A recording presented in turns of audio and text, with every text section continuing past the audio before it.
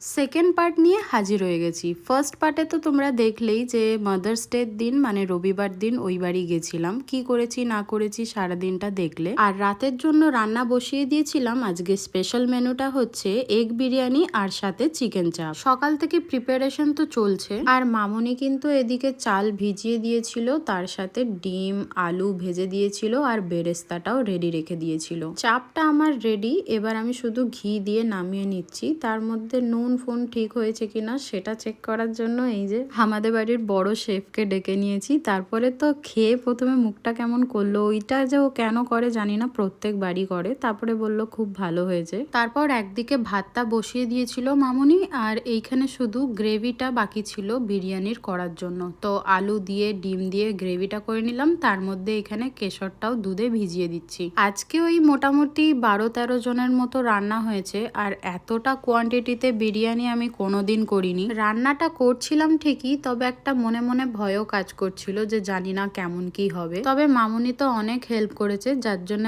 আউটকামটা খুব ভালো এসেছে। তো সবকিছু প্রিপারেশন করে আমরা এখানে বসে পড়েছিলাম লেয়ারিং করতে। আর বিরিয়ানি রান্না করার সময় এতগুলো স্টেপের মধ্যে আমার সব থেকে বেশি ভালো লাগে এই লেয়ারিং করার স্টেপটা। তারপর একের পর এক দুজনে মিলে বিরিয়ানির লেয়ারিংটা কমপ্লিট করে নিলাম। যেহেতু এগ বিরিয়ানি তাই আমি একটা লেয়ার করিনি, দুটো লেয়ার করেছিলাম। তবে চিকেন বিরিয়ানি হলে আমি একদম নিচেতেই আলু আর চিকেন দিয়ে দিই। শেষে বেশ অনেকটাই ছড়িয়ে দেওয়া হচ্ছে ঘি, আর কেশর ভেজানো দুধের মধ্যেই আমি কিন্তু ওই মিঠা আতর, কেওড়া জল আর রোজ ওয়াটার দিয়ে দিয়েছিলাম। তারপর সুন্দর করে হাঁড়িটাকে সিল করে দমে বসিয়ে দিয়েছি 40 মিনিটের জন্য। আর আজকে তো দাদাভাই আর বৌমনির আসার কথা, ঠিক সময় মতো চলেও এসছিল, তাই আমরা সবাই মিলে বসে গল্প করছিলাম। 40 মিনিট পরে গ্যাসের ফ্লেম অফ করে 10 মিনিট রেস্টে রেখে তারপরে আমরা প্লেটিং স্টার্ট করি। তার মধ্যে মামুনি স্যালাডটাও কেটে রেডি রেখেছিল। তো সবার একসাথে বেড়ে নেওয়ার পরে আমরা খেতে বসলাম। মা তো আজকে আসতে পারলো না, তবে ভাই ডিউটি থেকে ডাইরেক্ট চলে এসেছিল।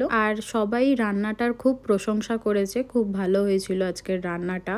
আমি নিজেও বলছি রান্নাটা ভালো হয়েছে, কারণ আমি এতজনের রান্না কোনোদিন করিনি। আর হ্যাঁ, আমি নিজের তারিফ নিজেই করি। আশা করছি এটা কোনো খারাপ গুণ না। তো যাই হোক, তারপরে কিন্তু আমি আর ভাই বাড়ি চলে আসি। আর মায়ের জন্য কিন্তু অবশ্যই মামনি সবকিছু পাঠিয়ে দিয়েছে। তারপর বাড়ি এসে আমি মাকে মায়ের গিফটটা দিলাম। মা তো ভেবেছে আমি ভুলেই গেছি, কারণ সকাল থেকে আমি তো বাড়িতে ছিলাম না। আর তার উপরে আমি এই মাদার্স ডে দিনটাতে কিন্তু স্পেশালি আলাদা করে মাকে নিয়ে কোনো ছবি, কোনো সোশ্যাল মিডিয়াতে পোস্ট কিংবা স্ট্যাটাসও দিই না। কারণ আমি আগেই বলেছি যে মায়েদের জন্য স্পেশাল কোনো দিন নেই, প্রত্যেকটা দিনই মায়েদের দিন। তো সেই মতে তো মা ভেবেছে যে আমি সত্যিই ভুলে গেছি। কিন্তু এসে যখন মাকে আমি হ্যাপি মাদার্স ডে উইশ করলাম, তখন